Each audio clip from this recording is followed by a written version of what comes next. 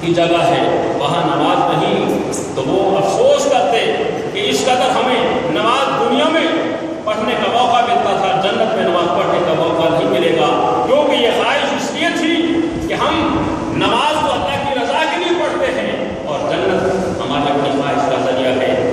میری آپ کے غلام، حدیث پاک میں آتا ہے کہ جو بندہ نماز باجماعت پڑھتا ہے تو وہ اکیلے کی نماز سے باجماعت نماز 27 درجہ زیادہ افضلیت رکھتی ہے۔ حدیث پاک میں آتا ہے کہ صلاۃ الجماعت افضل من صلاۃ الفجر ب27 درجۃ، کہ باجماعت نماز پڑھنا اکیلے نماز پڑھنے سے 27 درجے افضل ہے۔ ایک اللہ کے ولی نماز پڑھنے سے رہ گئے، ایک 40 سال تک باجماعت نماز پڑھتے رہے اور ایک ہی نماز ان کی باجماعت نہ پڑھ سکے، رہ گئے۔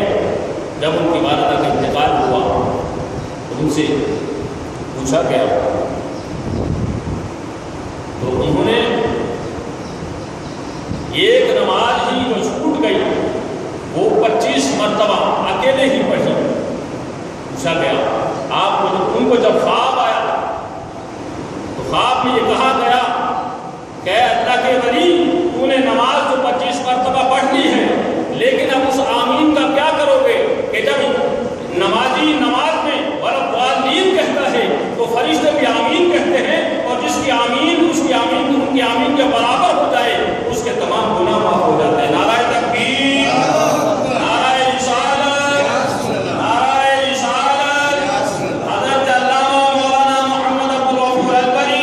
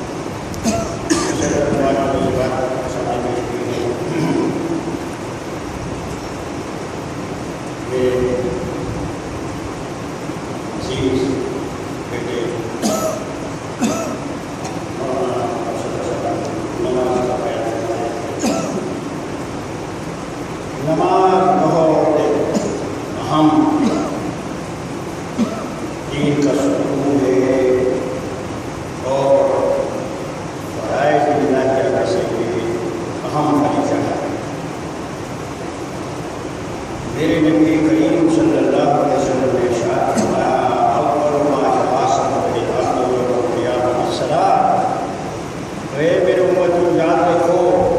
سب سے پہلے قیامت میں جس چیز کا سوال ہوگا وہ نماز ہوگی،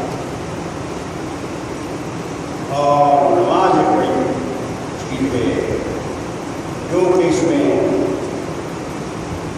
تمام عاجزیوں کا منبع ہے۔ یہ 10 بجتا کھڑا ہونا، عاجزی سے کھڑا ہونا، پھر نہیں جانا، سر زمین پہ ٹیک کے مسکرانے کے ساتھ، تو پھر ایک دوست ہے ایک دشمن ہے۔ دوست کو ہمیشہ خوش کرنا مطلوب ہوتا ہے، اور دشمن کو ہمیشہ جڑانا مقصد ہوتا ہے۔ تو شیطان خدا رسول کا دشمن ہے، وہ مومنوں کا دشمن ہے۔ اس سلسلے کے ذریعے اس کو جلایا جاتا ہے کہ یہ وہ چیز ہے جو عطا کرنے میں کسی کو محروم رہا۔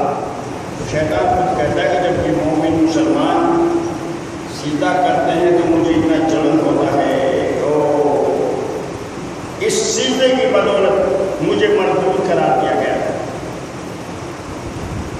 تو اس لیے نماز کو ایسی حضور نے فرما دیا تو اللہ تعالیٰ کا تعالیٰ،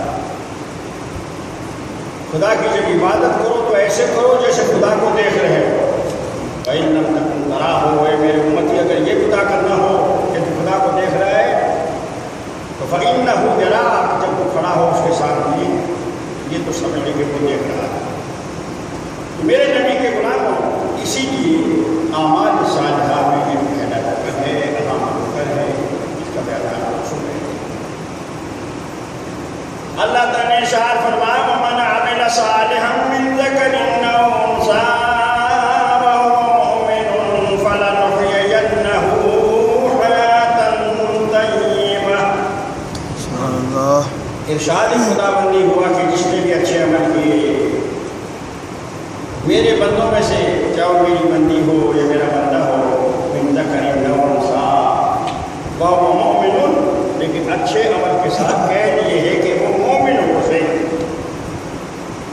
تو فَلَنُحْيِيَنَّهُ حَيَاةً طَيِّبَةً، ہم اس کو ضرور اس کی زندگی کو پاک بنا دیں گے، اس کو پاکیزہ حیات عطا کریں گے۔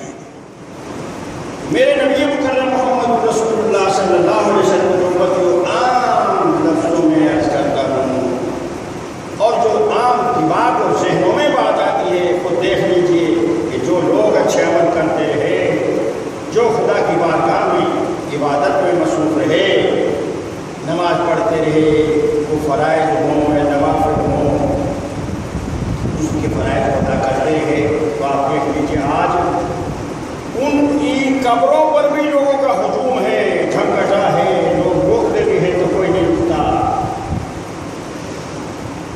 یہ تمہارے سامنے ہے، یہ کوئی کہنے کی بات نہیں۔ کوئی تلوار انہوں نے نہیں چلائی، بم انہوں نے نہیں چلائی، گنڈے ان کے پاس نہیں تھے، کوئی دہشت گردی ان کے پاس نہیں تھی، جس کی بنا پہ انہوں نے لوگوں کو اپنا گرویدہ کیا۔ ان کے پاس صرف پیار تھا، محبت تھی، خدا رسول کی محبت کا سرمایہ تھا، اور ان کے پاس یہی سودا تھا۔ بس اس سودے کو بیچتے رہے، اور اس میں سودے میں کیا کرتے ہیں کہ اپنے کردار کے ذریعے لوگوں کو بارگاہ خدا بندی میں جھکاتے ہیں کہ یہ ہمیں دیکھے۔ یہ حضور نے فرمایا کہ صلو کما رأیتمونی اصلی، صلو، اے میرے امتیوں نماز پڑھو، کیسے؟ کما رأیتمونی اصلی، جیسے مجھے دیکھتے ہو نماز پڑھتا ہوں، جیسے میں پڑھتا ہوں۔ معلوم ہوا کہ کردار، اقوال یا قول سے انسان اتنا نہیں بنتا جتنا کردار سے بنتا ہے، فعل سے بنتا ہے۔ تو ان کا اٹھنا، ان کا بیٹھنا، ان کا کھانا، ان کا پینا، یہ ایک ایسی چیز ہے کہ میرے نبی مکرم محمد رسول اللہ صلی اللہ علیہ وسلم کے دیوان جس اس میں ذرا بھی حجاب آ جائے، ذرا بھی کمی پیدا ہو جائے تو اللہ والے بے چین ہو جاتے ہیں، کیونکہ یہ اپنے محبوب سے جدائی نہیں اختیار کرتے، اس کا ہمیشہ وصل چاہتے ہیں، اسی لیے اس کے ذکر و فکر میں ماہر رہتے ہیں، تاکہ ذکر حبیب کم نہیں، وصل حبیب سے، ارے محبوب کا ذکر بھی محبوب کی ملاقات سے کم نہیں ہوتا، اس ذکر میں مہاو رہتے ہیں. اب چاہو اس میں انکشاف ہو یا انقباض ہو، یعنی قبض ہو جائے. ہم تو قبضی کہتے ہیں نا، جیسے انسان کو وقت پر کھانا نہ ہے بھائی قبضی ہو گئی. ان کی اصطلاح میں، صوفیاء کی اصطلاح میں قبض اس کو کہتے ہیں کہ دل میں بے چینی رہے، دل نہ کرے اللہ نہ کرنے کے لیے، نوافل کے لیے دل نہ کرے، ذکر کے لیے دل نہ کرے. وہ تھوڑا سا تو پھر ان کے بڑا شاک گزرتی ہیں وہ گھڑیے کہ آخر یہ کیا ہو، کون سی وجہ ہو جو میرا دل نہیں لگ رہا، بے چینی ہے. لیکن وہ اس پہ اور زیادہ ذکر کرتے ہیں، اور زیادہ ذکر کرتے ہیں. وہ پھر اس سے وہ دیکھتا ہے کہ اب تک میرے بندے کو میں آزماؤں، اب یہ کیا کرتا ہے. وہ ان کو تو جلوس کے بغیر چین ہی نہیں ہوتا. ذرا بھی فرق آ جائے، دیکھیے نا، محب ہمیشہ محبوب کے ذکر سے زندہ رہتا ہے. صحابہ محب تھے حضور کے ذکر، اور آقا معبود تھے، ان کے بغیر ان کو چین نہیں آتا تھا. ان کی گفتگو سنتے تھے، ان کے پیچھے کیا کیا مسائل اٹھائے انہوں نے.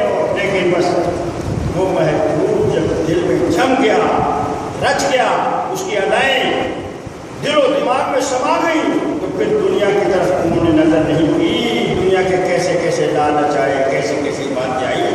میرے نبی کے غلاموں، اس میں تمہیں ایک مثال دیتا ہوں. کہیں کوئی مندر تھا تو ایسا ہوا کہ اس میں بہت بڑا بت، بیچ میں مندر کے سامنے جو لوگ آتے تھے پھر اسی کا دیدار کرتے. بت نہ دائیں نہ بائیں، نہ آگے نہ پیچھے، مولک درمیان میں مولک جیسا بھی پکا. اور وہ لوگ جو ہل مل تھے یا ایمان کے کمزور تھے، ان کو بھی لاتے تھے. وہ لوگوں تم کہتے ہو کہ ہمارا مذہب کمزور ہے، ہمارا مذہب ہندوؤں کا باطل ہے، دیکھو یہ ہمارا خدا ہے، ہماری تمام امیدیں اس کے ساتھ وابستہ ہیں. دیکھ لو زمین میں اس کے پاؤں نہیں، دائیں بائیں سے کہیں پکڑ نہیں رکھا ہے. سامنے دیکھ لو کھڑا ہے. اور ہمارے مذہب کی صداقت کیا لوگے؟ تم کھڑے ہو کے دکھا دو، تمہارا کوئی نہیں، کوئی اپنا لاؤ کھڑے، ایسے جیسے ہمارا یہ خدا کھڑا ہے بیچ میں مندر کی اونچی چھت کی اور بیچ میں. مسلمانوں یہ اللہ والے سے ذکر کیا حضور ایسی بات ہے کہ بڑے لوگ گمراہ ہو رہے ہیں. کہا مندر میں ان کے بت ہے درمیان میں اور مولک ایسے بڑا خوبصورت اور سجا رکھا ہے سونے کے پانی سے آگے لیے. تو نہ دائیں نہ بائیں، نہ آگے نہ پیچھے مولک. اچھا، کہا تم نہیں سمجھے، ہم تو بتاتے ہیں. ایسا کام کرو، بہت بڑا کمبل لے جاؤ، بہت بڑا ایک کمبل لو ترپال کی قسم کا، اور جا کے کہو ٹھیک ہے جی یہ تمہارا خدا. ہاں کب سے قائم ہے؟ کہا مدت گزری اس وقت سے ہمارا ایک قائم ہے اور یہ ہماری حاجتیں پوری کر رہا ہے، سب کچھ کر رہا ہے، یہ ہمارا اوتار ہے. کہا اچھا، پھر کہا تمہیں کوئی ہے تو مقابلہ کرنے لگا. ہم میں مقابلہ کیا کریں گے، ہمارے بزرگوں کا تو کمبل بھی آ جائے تو اسے تباہ کر سکتا ہے. وہ کہتے وہ لائے وہ کمبل سے، اور انہوں نے اوپر کو اس کے اوپر سے ایسے کیا، چوڑا کیا، ایسے کیا اور دھم کر کے وہ نیچے آ کے گرا. تمہیں بتاؤ، دھم کر کے نیچے وہ ہکے بکے رہ گئے. یہ بات کو سمجھنا جو تمہیں بتا رہا کہ مہم محبوب کے بغیر رہ نہیں سکتا. اس کی کشش اس کے محبوب کے ساتھ وابستہ ہے. وہ جو گر گیا تیرا کوش کی نہ چڑھا نہیں جا سکتا. کہا بھائی اب وہ بھی ہکے بکے کیا کیا، یہ کیا ہوا، شور برپا ہوا. انہوں نے اللہ والے سے جا کے پوچھا حضرت یہ آپ نے جو بتایا تھا کیا وجہ تھی؟ انہوں نے فرمایا ان مکاروں نے، ان فریب کاروں نے اپنے مندر کو نیچے سے اس کے نچلے فرش کو، اوپری چھت کو، دائیں بائیں آگے پیچھے چاروں طرف سے مقناطیس سے ملما کیا ہوا تھا. پورا مقناطیس تھا اور یہ لوہا تھا. مقناطیس لوہا کو پکڑتا ہے، انہوں نے ایسے اٹھا کے بیچ میں کر دیا. اس کی اتنی کشش دائیں تھی, اتنی کشش بائیں تھی, اتنی کشش آگے تھی, اتنی کشش پیچھے تھی, اتنی کشش نیچے تھی, اتنی کشش اوپر تھی. اس لیے وہ درمیان میں تھا, وہ شش در تھا. اس لیے چونکہ وہ جو کشش تھی مقناطیس کی, اس نے روکا ہوا تھا. اس کا کمال کاہے کا ہونا تھا, وہ تو مقناطیس نے روکا ہوا تھا. کیوں کہ مقناطیس کو کھینچ لیتا ہے. جو از طرف محبوب نہ باشد کشش, کوشش عاشق بیچارہ بجائے نہ رسد. اگر کسی کا کوئی عاشق ہو اور معشوق میں کشش ہی نہ ہو, وہ اپنے عاشق کو کھینچ نہ سکے, جو از طرف معشوق نہ باشد کشش ہے.